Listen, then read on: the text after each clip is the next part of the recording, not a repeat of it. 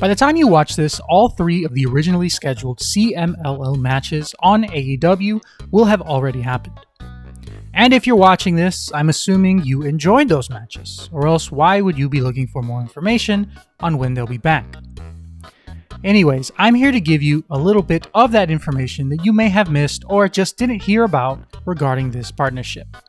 But first, I want to recap what has happened so far in just a week.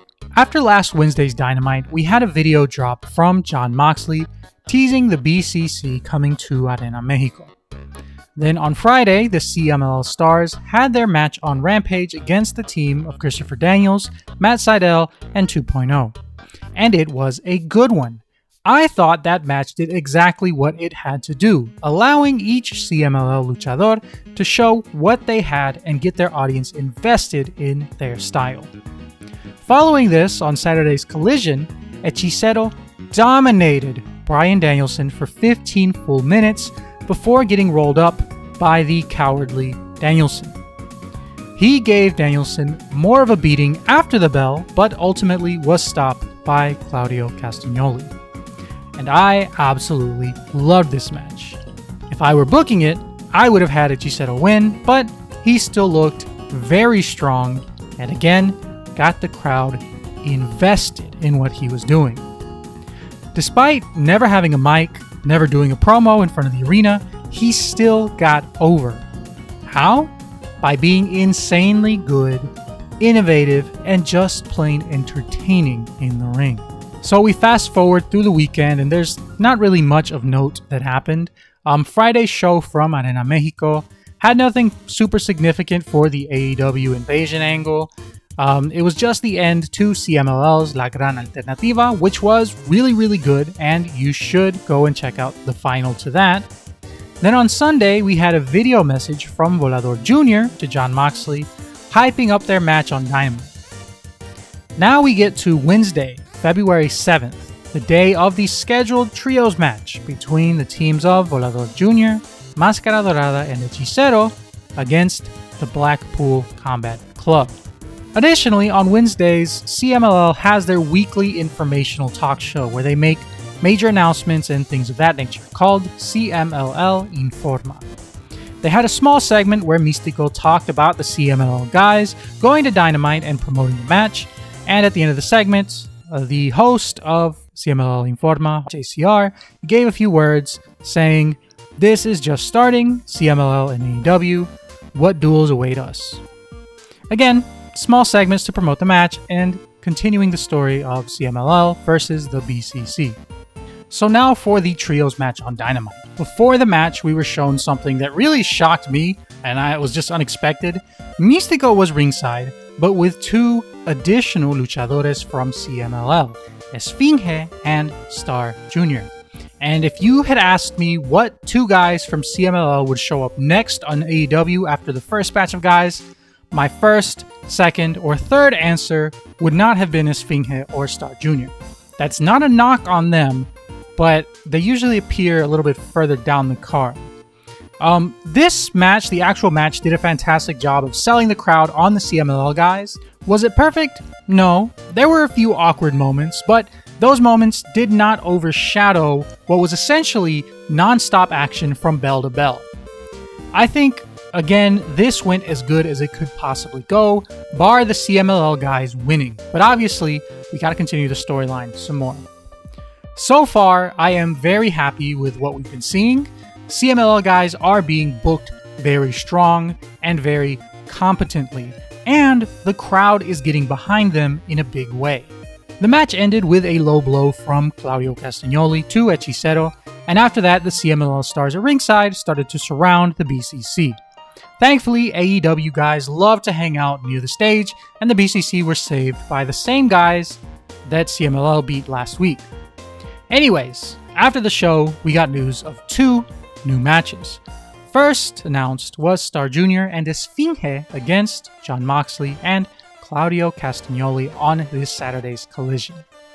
What I'm expecting from this match is for the BCC to basically dominate, and both Esfinge and Star Jr. to get a few very cool moves in.